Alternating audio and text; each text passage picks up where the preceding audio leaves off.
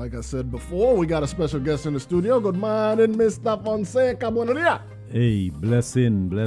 Good morning. Good morning. You speak Spanish? Yes, I do. Okay. Yeah. But I'm a born Savanero. Oh, you're from Savannah? Yes, I'm a born Savanero. Okay. So let me ask you a warm-up question. People from Savannah are particularly proud. What is it about Savannah that makes everybody so proud to be from there? Well, Savannah was one of the original neighborhoods in the Virgin Islands in St. Thomas. It was a close-knit community, the houses were mainly close to each other. It was a bustling area, you're right close to the market.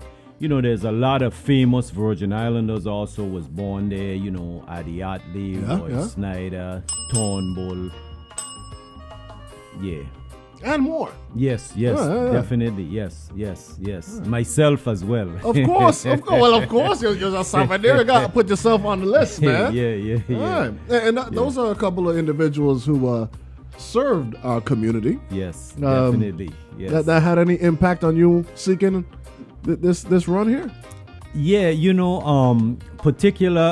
particularly Governor Snyder. Yes, he would let everybody know that he was from Savannah. Oh, for sure. Yeah, and Turnbull also, I served in the Turnbull administration. Okay. Brilliant governor. Oh, he was. And Roy Snyder was actually the one that after Hurricane Marilyn had passed here, I was out of the Housing Authority. Roy Snyder was the one had picked me to be in charge of the emergency reconstruction of the homes. Okay. And so that's how I got to know Roy Snyder. I was just starting out my career at that time, All right. Yeah. Okay. Well, I started off with Savannah. You got straight into the politics. So let's start with your 10 questions, sir. Yeah. What motivated you to seek political office? Good question. I want to help the people.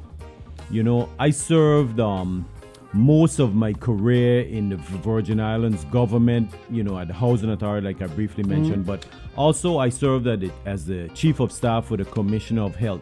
So I have a broad range of experience in the government, many years serving at the executive level. And I think that, I can help fix the finances. I have, education is very important, healthcare. And I think I can also get more local home ownership.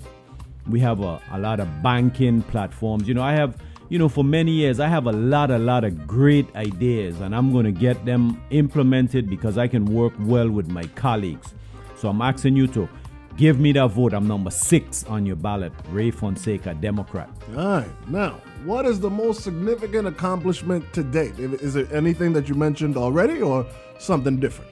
Right now, my most significant accomplishment is with the GERS. Okay. Folks, I've been running for office for several years, pushing the solution for the GERS unfunded liability, basically with the Tier 1 employees, where we would refinance the bonds and use the rum cover over bonds to close that unfunded liability gap. Remember now, the rum cover over bonds is a federal check. It's guaranteed money. That's the best type of money in the world for the VI government to get a federal check. So we use that restructuring to fix the GERS, and basically it was only a problem with the Tier 1. So I think right now I could claim that as my accomplishment because I was the first person talking to it. I congratulate the legislature and the governor for putting it into law. But Ray Fonseca, I'm here to fix the finances of the VI. So you offered this idea, this suggestion, or? Yes. I'm on the radio. I'm in interviews like this. I've published it. Over the years, I've been running. I think at first I was walking. The last time, I think I was trotting. Now you're officially running. Yeah, now I'm running. I blazing the tail. Yeah. All right. So what legislation would you want to be most affiliated with if you are successful? I will propose additional legislation for the GERS because, right now it deals with the private insurance for the public sector employees. You see, right now I'm canvassing down in Main Street. There's people working there for years. they have no private health insurance. You know, there's a good friend of mine. She told me I could call her name, Rhoda. The lady is 64 years old. She has to work, brother, just to get the money to pay for her eye drops. And my proposals with the GERS, we're going to create a tier 3. Because, you know, this is very complex and I want to just break it down, talk in simple terms. But basically here we're going to create the option for the private sector employees to opt in to the VI government insurance. And the government is going to save money. The retirees are going to save money, and the private sector is going to save money. Because here's what happened. Let's say that there's 10,000 government employees, there's 10,000 retirees. 10 and 10 is 20. Well, there's 20,000 private sector employees can now opt into that pool, so it'll be a pool of 40,000 employees. So that is going to reduce the rates for the government employees, it's going to reduce the rates for the private sector, it's going to reduce the rate for the retirees. And the main thing now is that when Miss Rhoda goes to the hospital to have surgery on her eye, that's uncompensated care. She doesn't have insurance. Now Rhoda will be able to go there, get her eyes treated, so that will reduce the uncompensated care that the government has to reimburse the hospital for treating patients without insurance. So the hospital is going to save money, the government going to save money, and guess what? If Rhoda had stage 4 cancer and she got surgery and paid for the insurance, we could save lives. So getting health insurance for the private sector employees is going to be a great thing. Through GRS? Yes, through GRS, we're going to create a tier 3. And also, there's another one that I want to discuss. You know, I got so much. So I'm assuming that GRS would be on your platform. What would something else that would be on your platform? Okay. The SSI program. Help me with that. What does SSI stand for? Okay. Right now, that's the Supplemental Security Income Program. Okay. So I will propose legislation establishing a Virgin Islands Supplemental Security Income Program. This program will provide benefits and financial aid to the elderly, blind, and disabled, those who have less than $3,000 in total assets. When you have less than $3,000 in total assets, you don't have a land, you don't have a car, you don't have a house, and you're elderly, blind, and disabled. Let's keep our elderly, blind, and disabled family home here with us, where we can love them. They should not have to move to the United States just to get SSI benefits. And here's how we're going to fund it, because, you know, I'm like I tell you, I'm going to fix the finances. Right now, they're talking about the government credit card where government officials using, they charging this and that. Well, guess what? We also control the banking and insurance division, which issues charters to bank. So through the Federal Credit Union, we're going to create a local government credit card.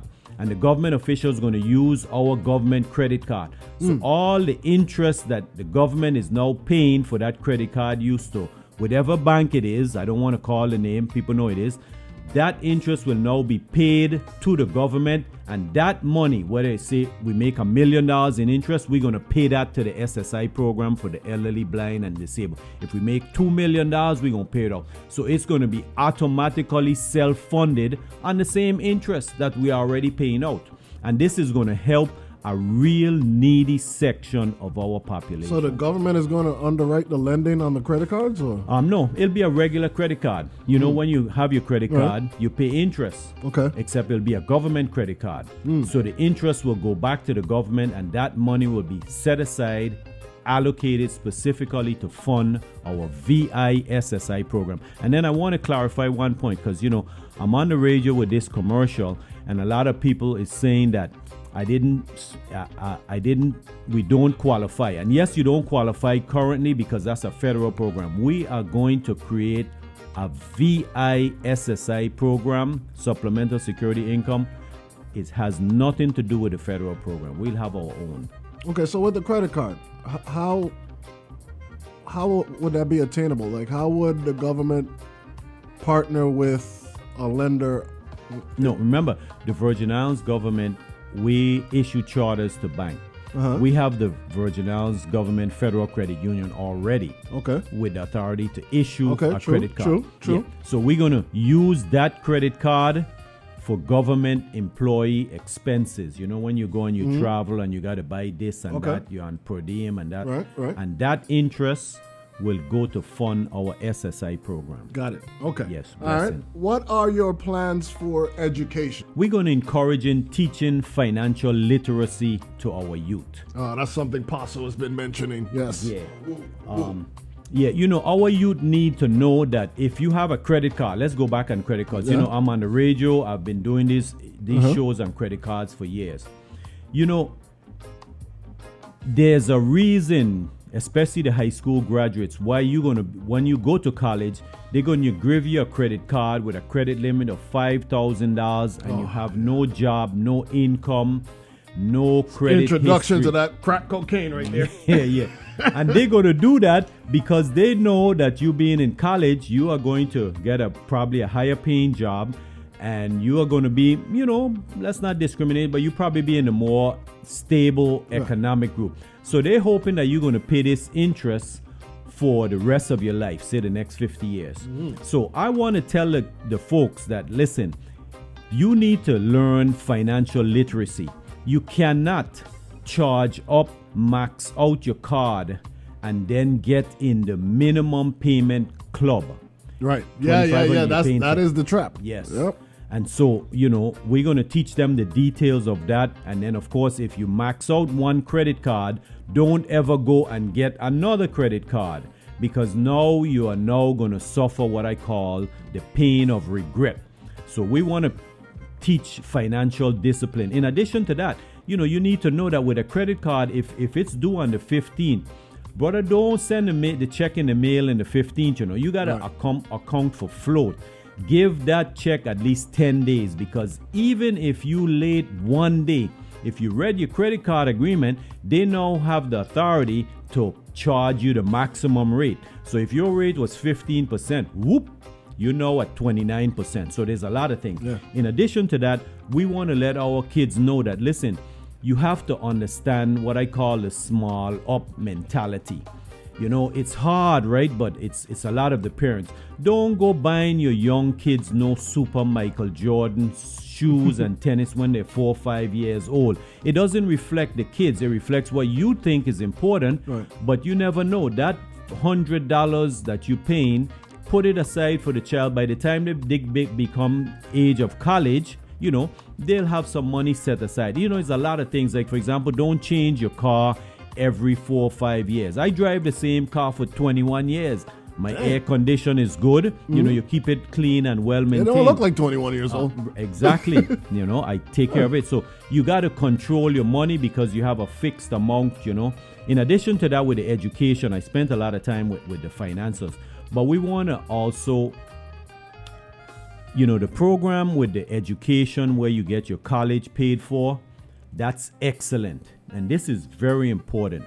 And this is another new idea that Ray Fonseca is pushing out to you that you have not heard before.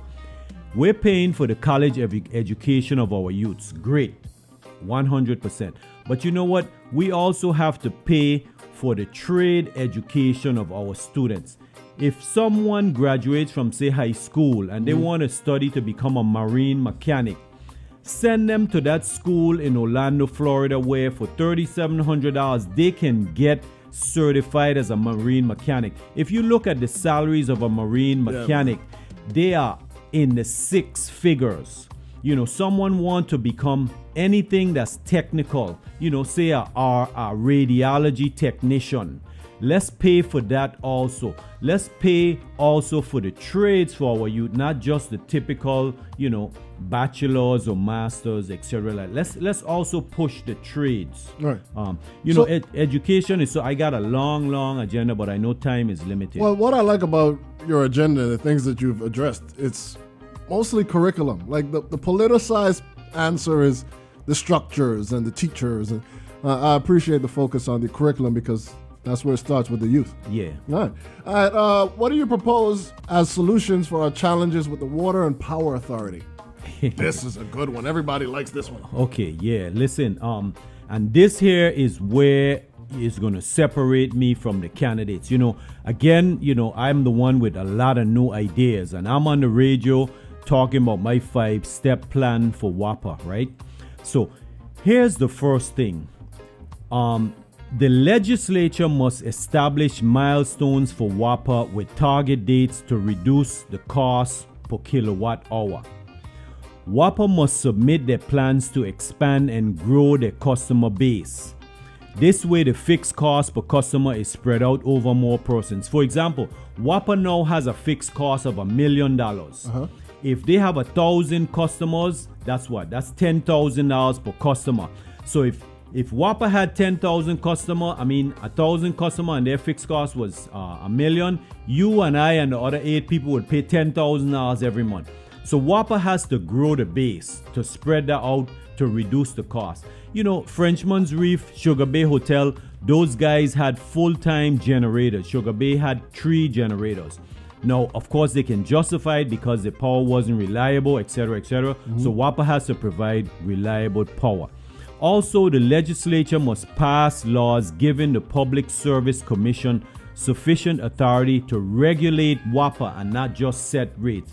That's the work of the Public Service Commission, to regulate WAPA. You know, in December of 2019, I saw the PSC report. WAPA listed $1.2 billion in liabilities.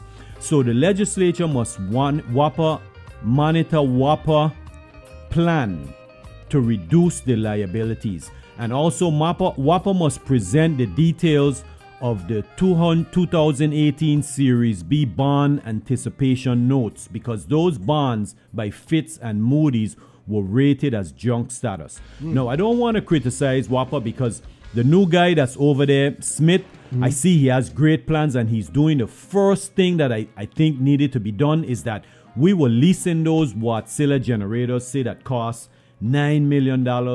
And in 1 year, we were paying more than $9 million for those generators, or in 1.5 years. He has now decided to buy those generators, and I think that's an excellent move. As opposed to leasing. So I support WAPA, but again, WAPA needs to look at that metering system where the estimating and all that. There's a lot of things that we need to do to manage WAPA. But the first thing is customer service and those kilowatt hours rates. Okay. Never heard anybody mention the customer service part before. Yeah. And this is something I was saying, right? Education is not responsible for teaching your child to read and write. Parents, I'm saying education can push them and they can take them to the other level. Enhance. Yeah. But yes, enhance. But when your child is 4, 5 years old, you got to get them little story, Jack and Jill, and you read them. And when you read them, your kids are going to pick up. And we can't say that the parents can't read and write, because my father really couldn't read and write. He couldn't even sign his name. But my father made sure that his aunt would teach me to read and write. So let's find ways where your children can learn to read and write. And then when they get to school, they at that level. So the teachers them don't have to spend so much time. Because remember, the teacher's time is limited. They have, let's say, 15 kids in a class. The class is an hour long. So, guess what? They have less than 10 minutes per child. That's not enough time. Parents, when your kids come home in the night, you give them 5 minutes of reading and writing and arithmetic. I like that point because, especially more so, I wouldn't just say with the fundamentals of reading and writing, but more so when you get to the algebra and those things, it becomes more and more difficult for parents to help their students. But I'm sure every parent could find someone, like your father found your aunt, his aunt, to help you. Like every parent could find someone who can help, whether it's a coworker or a relative, just to be a little more responsible. I like that. So now in closing, our last question is, how do you feel about the arts, entertainment, and athletics? I definitely believe that we should encourage our kids to pursue the passion. Brother, we have Virgin Islanders that's gifted in every kind of art, whether it's a fact. The saxophone, the trumpet, vocals. vocals. we need to encourage our youths. Again, those community-based organizations that encourage the arts, we need to support them. Your child might be excellent in ballet. Push your son or daughter in ballet. Some of us might have a little thing with your son going to ballet. Right. But push your daughter to the ballet. Musicians. We have famous musicians. Alton Adams, the famous bandmaster. I was awarded the Alton A. Adams scholarship. Alton Adams scholarship is what paid for my education at Florida State University. Oh, wow. Okay. Yeah, so at a young age, I was introduced to famous, talented Virgin Islanders artists. So let's continue that tradition, and we need to encourage them. Keep the music programs in the schools. Let's keep it up. Okay. I fully support the arts and in entertainment. All right, so now in closing, give me the number on the ballot. I'm number 6. I'm your Democratic candidate for the legislature. And I've just discussed with you some of my new blueprint. I will stand up for those down on their knees, the poor, the elderly, the disabled, and veterans. I will be the voice for those who cannot speak, those suffering acute illnesses. I didn't get chance, to discuss my health plan, but trust me, I have great ideas for healthcare also. We are also going to fix the finances. I am asking you to give me your vote, number 6. I am the candidate that will be able to work with our colleagues to compromise and pass legislation, but I will never compromise my integrity and values. Once again, thank you and blessings. Thanks for having me. Man, a pleasure, my brother. Yeah, blessings. All right. Hey, listen, I tell you what, right? I see the growth. You said before you crawled, you say you were walking. You're definitely running, man. You're definitely running. Thanks. And thank you for using us as one of the tracks that you're running on, man. Appreciate that, Thank you. All right, good luck, man. Yep. There's an app for that. It's called Vivid Streaming, and you can download it in the app and Google Play Store.